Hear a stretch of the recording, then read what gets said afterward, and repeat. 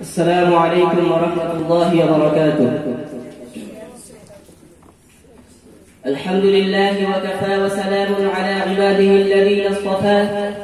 أما بعد، فقد قال الله تبارك وتعالى في القرآن المجيد وفي الفرقان الحميد: أعوذ بالله من الشيطان الرجيم، بسم الله الرحمن الرحيم. وقضى ربك ألا تعبدوا إلا إياه وبالوالدين إحسانا إما يبلغن عندك الكبر أحدهما أو كلاهما فلا تقل لهما أف ولا تنهرهما وقل لهما قولا كريما. صدق الله العظيم.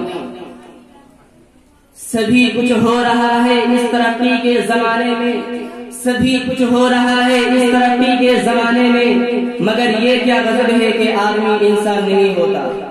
صدر المحترم و حاضرین جلسہ، میں نے آپ حضرات کے سامنے قرآن شریف کی ایک آیت تلاوت کی ہے جس کا ترجمہ یہ ہے کہ تیرے رب نے حکم دیا ہے اس کے سوا تم کسی کی عبادت اور بندگی نہ کرو، اور ماں باپ کے ساتھ اچھائی کا برتاؤ کرو، اور اگر یہ دونوں یا ان میں سے کوئی بڑھاپے کو پہنچ جائے تو انہیں کبھی اف بھی مت کہنا اور نہ کبھی انہیں جھڑکنا، اور ان سے خود آداب و احترام سے گفتگو کرنا، اور ان کے سامنے شفقت و انکساری کے ساتھ جھکے رہنا، اور ان کے لیے یہ دعا کرتے رہنا کہ اے میرے پروردگار عالم ان دونوں پر رحمت نازل فرما جیسے کہ ان دونوں نے مجھے بچپن میں پالا پوسا ہے.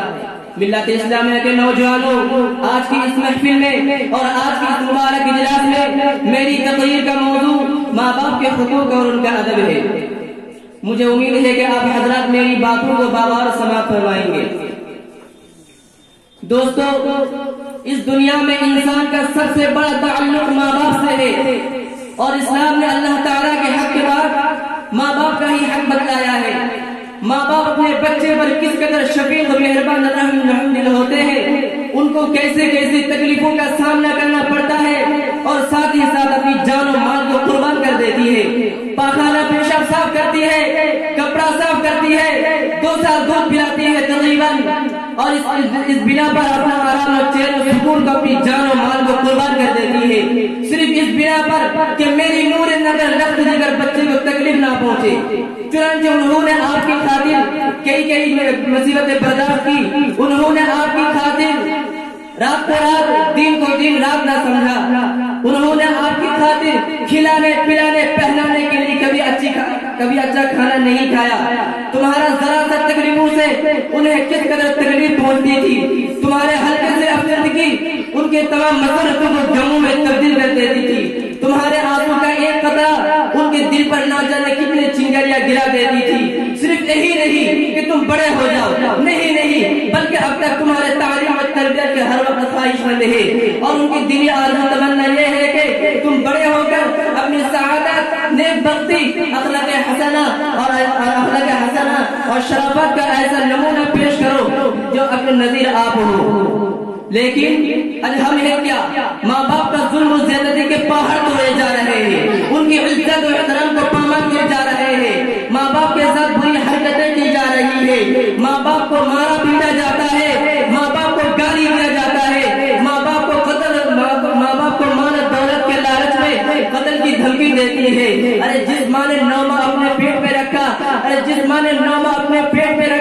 اس ماں کو تم کیسے پینشن دیتے ہو؟ مجھے بتاؤ تو صحیح، کیا ماں باپ کا حق ان کے اولاد پر یہی ہے ان کو ظلم و زیادتی کے پہاڑ توڑے جائے، ان کی عزت احترام کو پامال کیا جائے؟ آخر ایسا کیوں؟ کیا ماں باپ کا حق ان کے اولاد پر یہی ہے؟ آج افسوس سے کہا جا رہا ہے، اے میرے بھائیوں، قرآن و حدیث پر کیوں عمل نہیں کرتے؟ لاپرواہی اور غفلت کی وجہ سے اپنے آپ کو خسارے اور گھاٹے میں کیوں ڈالے جا رہے ہو؟ آخر اپنے مشفق و مہربان ماں باپ کو کیوں تکلیف دیتے ہو؟